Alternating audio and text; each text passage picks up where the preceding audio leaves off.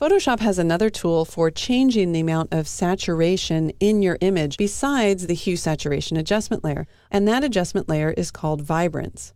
I'll go ahead and click on it in the Adjustments panel. You'll notice that there's two sliders. There's a Vibrance slider and a Saturation slider. The nice thing about these two sliders is that they're relative sliders.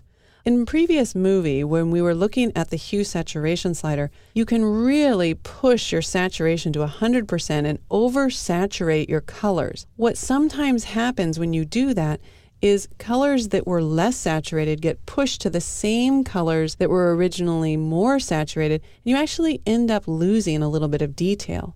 Well, because the Vibrance and Saturation sliders in the Vibrance panel are relative, Photoshop is going to limit the amount of saturation or the amount of vibrance that can be added to prevent colors from all being the same saturation.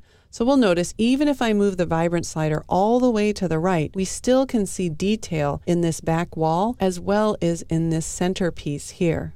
If I double click on the word Vibrance to reset that, and we use the Saturation slider and move that all the way over to the right, we get more saturation than we did with Vibrance, but again, it's not so saturated that we're losing detail. And don't forget, because we are adding this as an adjustment layer, and all of our adjustment layers have masks, if I like the saturation or the vibrance that I've added in one area, but I want to remove it from another area, all we need to do is switch to the paintbrush, make sure that we're painting in black because black is going to hide the adjustment. I'll get a smaller brush by holding down the Control and Option key and dragging to the left, and I'll bring up the opacity by dragging down, and then I'll simply paint in the areas that I don't want the additional vibrance added.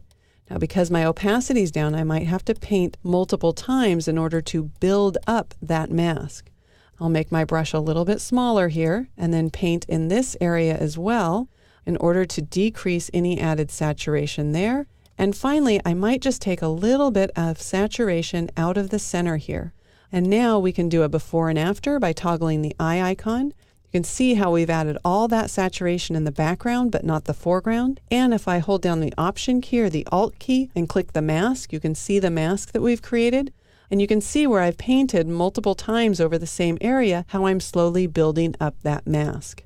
So again, these adjustment layers are super powerful, not only for the effects that they provide, but also because they allow you to then paint in and paint out those effects selectively over your image using the mask on the adjustment.